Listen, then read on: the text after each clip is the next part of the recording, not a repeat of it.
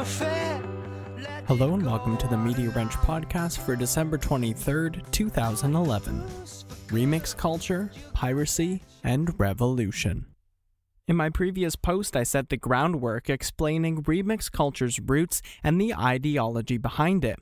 But aside from DJing, remix culture can be seen in many different forms. One prominent one is in cultural changes and revolutions. Jürgen Habermas talks about a public space for dialogue in his book The Structural Transformation of the Public Sphere. In the 18th and 19th century, public parks like St. James, which was ground zero for the Occupy Toronto movement, would have been used as a space for the bourgeoisie to discuss issues of the day. Habermas calls this the public sphere. Out of the public sphere came ideas like political power being centralized, the separation of political authority from the private sector, and the separation of the state from the church. Over time, however, we've lost touch with this idea of public sphere, and the Occupy movement is seeking to bring it back. To take over a public space and to have dialogue with people about changes we'd like to see in our society is in itself a manifestation of remix ideology. Occupiers took a public park and remixed its purpose to better suit their needs, and arguably the needs of the society.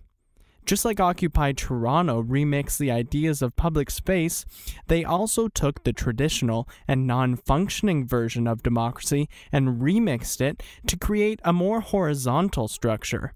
The 40-day encampment of St. James Park, therefore, was an exercise in remix ideology, as it applies to the ideas of public space and democracy.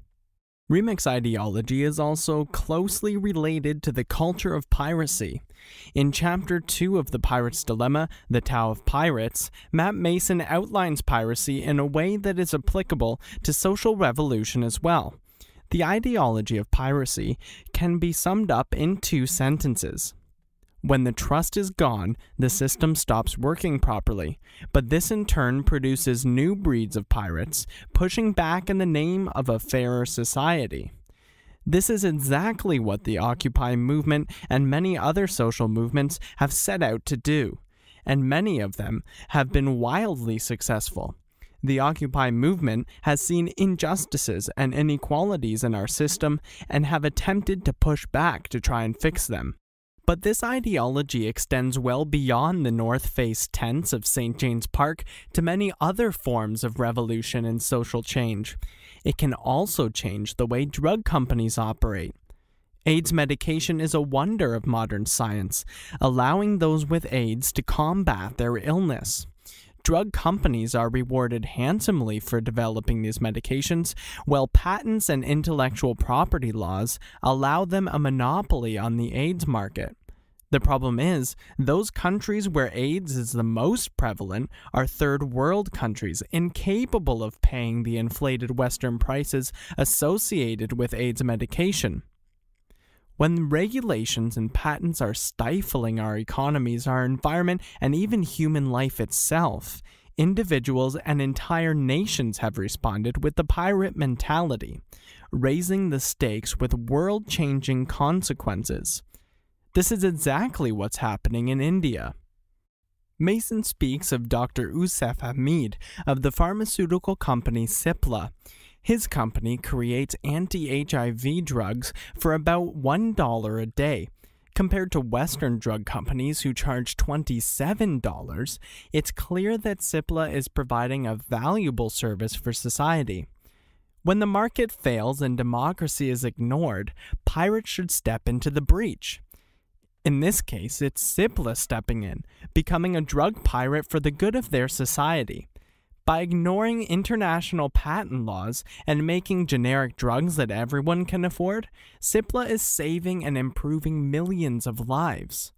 This type of piracy is also prevalent in Africa, Brazil, Argentina, Thailand, Egypt, and China, and is another example of how piracy adds value to society.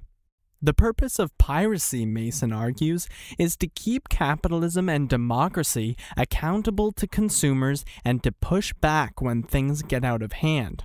The examples I talked about are just two ways piracy is changing the landscape of society. This piracy model has been applied to farming, fashion, and could be applied to any situation where the current system does not adequately serve the average person. It seems like big corporations and governments could learn a lot from the pirate mentality, if only they would listen. Apple CEO Steve Jobs said, "The only way to defeat piracy is to compete with it." And I think that's true. Piracy forces companies to become more efficient and to innovate and help keep governments honest and working for the people who elected them. And I think remix culture and piracy go hand in hand a lot of times. In order to remix the accepted views of things like public space or democracy, the pirate mentality is often helpful in getting the ball rolling. While our society is advancing at Mach 3, our version of capitalism and democracy seems stuck in the past, resulting in structures that do not meet our expectations and needs. Piracy and remix encourages innovation and creates systems that work for the greater good. If remix is the end goal, then piracy is the roadmap. And all you cherry bomb, all I could